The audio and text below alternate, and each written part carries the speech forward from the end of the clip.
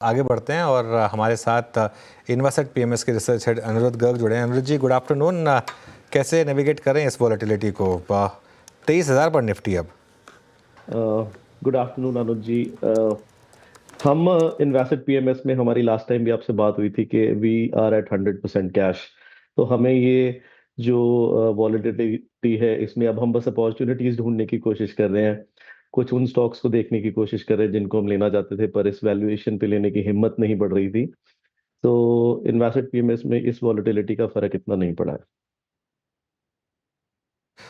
सबसे ज़्यादा जो मार्केट की दिक्कत रही है वो है अर्निंग्स। इस अर्निंग सीजन में भी हम ऑलरेडी काफ़ी एक्सीडेंट्स देख रहे हैं। आज भी जोमेटो, चाहे ओबेरॉय रियल्टी, चाहे डिक्सन, ये आपके हिसाब से कब तक दिक्कत बनी रहेगी? सर मुझे ऐसा लगता है कि जो दिक्कत है वो अर्निंग से ज्यादा वैल्यूएशंस की है। क्योंकि छोटा सा डिसअपॉइंटमेंट भी अर्निंग्स में मार्केट को इस टाइम पे बर्दाश्त नहीं है, क्योंकि वैल्यूएशंस बहुत ही ज्यादा अनरीजनेबल इंडिया में पहुंच चुके थे। और ये हर बार होता है। चाहे आप 2021 में देखिए, जब मार्केट में एक हम कहते हैं एक बुल मार्केट, बुल रैली, एक शॉर्टर टर्म ट्रेंड खत्म हुआ और हमने 5-6 महीने की करेक्शन देखी। तो उस टाइम पे स्टॉक्स जैसे डी मार्ट वगैरह को बाय एट एनी प्राइस, जिसको यहाँ हम मजाक में अपने स्टॉक मार्केट लिंगो में बाप स्टॉक्स बोलते हैं, हर बार कोई ना कोई स्टॉक्स ऐसे इस वैल्यूएशन पे पहुंचा दिए जाते हैं और बोला जाता है कि इनमें ग्रोथ इतनी अच्छी है कि इनकी वैल्यूएशन आपको देखने की जरूरत नहीं। बट ये मेरे हिसाब से बिल्कुल भी रियलिटी नहीं है। हर स्टॉक्स में ग्रोथ और वैल्यूएशन का एक अच्छा मिश्रण होना चाहिए, और वो मिश्रण कहीं ना कहीं इंडिया में बहुत सारे स्टॉक्स जिनकी हम रेगुलरली बात करते हैं, हम सब बात करते हैं, वो बिगड़ा। आप जोमेटो को देखिए, आप डिक्सन टेक्नोलॉजीज को देखिए।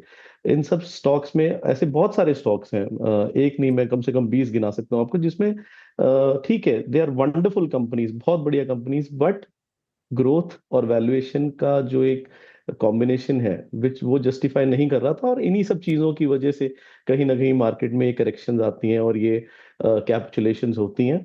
और लॉन्ग टर्म इन्वेस्टर्स को कहीं ना कहीं एक अच्छा मौका मिलता है from time to time, owing to you know these abnormalities in the market. Aniruddh ji का फॉर्मूला इस वक्त ऐश कैश कराएगा। आपके पास कैश है तो आप अच्छी स्थिति में है इस वक्त, है ना?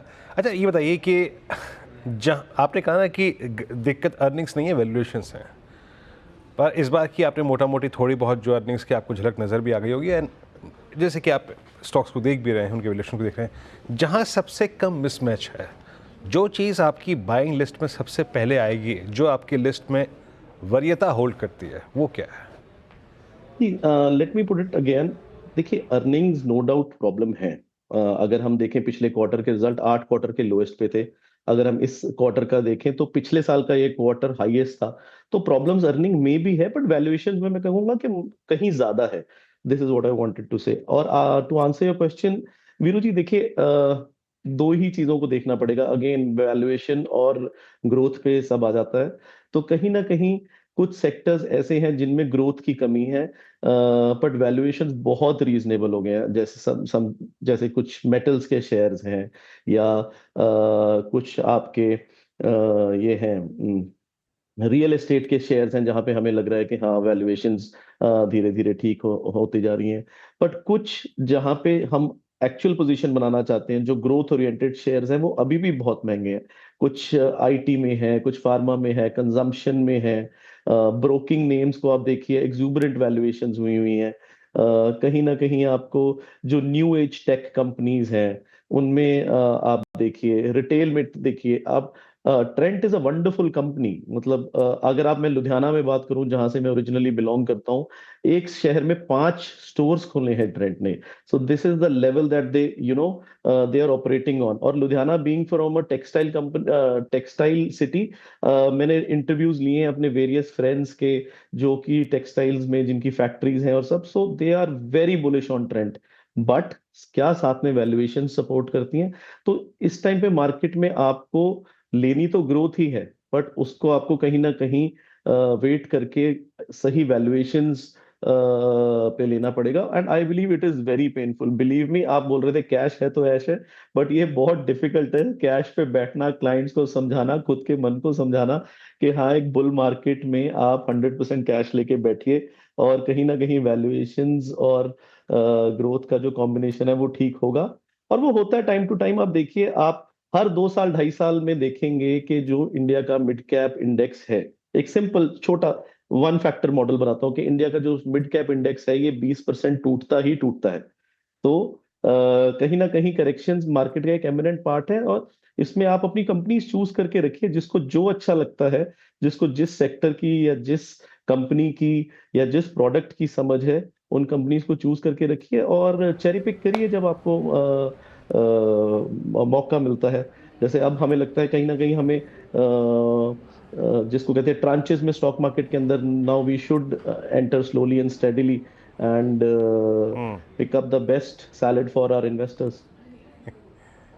अनिरुद्ध जी, अगर किसी दिन क्लाइंट ना माने ना, या फिर खफा रहे कि कैश पे क्यों बैठे हो, तो 1000 बैंक निफ्टी दिलवा के टर्मिनल में बिठा दीजिएगा एक दिन। मेरे ख्याल से अगले दिन से कभी खफा नहीं रहेगा, है ना? जी जी जी। बैंकिंग पक्का अगले दिन से वीरू कुछ जी, नहीं कहेगा। ट्राइड एंड टेस्टेड है। बैंकिंग में हाँ। मुझे लगता है कहीं ना कहीं कि इस बार जब भी बॉटम लगेगा, बैंकिंग शुड बी, ये जितने भी हमारे बैंकिंग दिग्गज हैं, स्टेट बैंक, एचडीएफसी बैंक, इनमें एक बहुत अच्छी अपॉर्चुनिटी मिलनी चाहिए अगले 2 से 3 सालों के लिए। वैसे सर सवाल तो मेरा बैंक के ऊपर ही था, वीरू सर ने ले लिया। खैर सर, ये मेरा सवाल अब इंश्योरेंस के ऊपर शिफ्ट करना चाहूँगी मैं। एसबीआई लाइफ देखिए, एचडीएफसी लाइफ देखिए सर, ये डेलो के आसपास काम काज कर रहा है फिलहाल। ये स्पेस को कैसे देख रहे हैं आप? क्या इसमें वो रौनक फिर से वापस आती हुई दिख रही है आपको? मैम, मैं इंश्योरेंस सेक्टर को इतना वाइडली ट्रैक नहीं करता, सो insurance is not a cup of T. ठीक है सर, लेकिन सर आपने बहुत सारे सेक्टर्स गिनाए, जैसे कि मेटल्स, रियल एस्टेट, आईटी, जहाँ पे वैल्यूएशंस आपको ठीक नजर आ रहे हैं। कोई स्टॉक स्पेसिफिक बात होगी आपके उस पर्टिकुलर सेक्टर्स में? मैम, मेरे ख्याल से मैंने बहुत सारे स्टॉक स्पेसिफिक बात कर ली, इतनी हमें अलाउड नहीं है करनी। पर क्या अच्छा। है ना कि वो देख के इस टाइम में मुंह में पानी आने वाला शुरू हो रहा है कि हाँ, करके धीरे धीरे देखो। उठाना शुरू करें। Alright, thank you so much आज हमारे साथ जुड़ने के लिए और इन सब टॉपिक्स बात करने के लिए। निफ्टी अभी भी 23,013 पर 300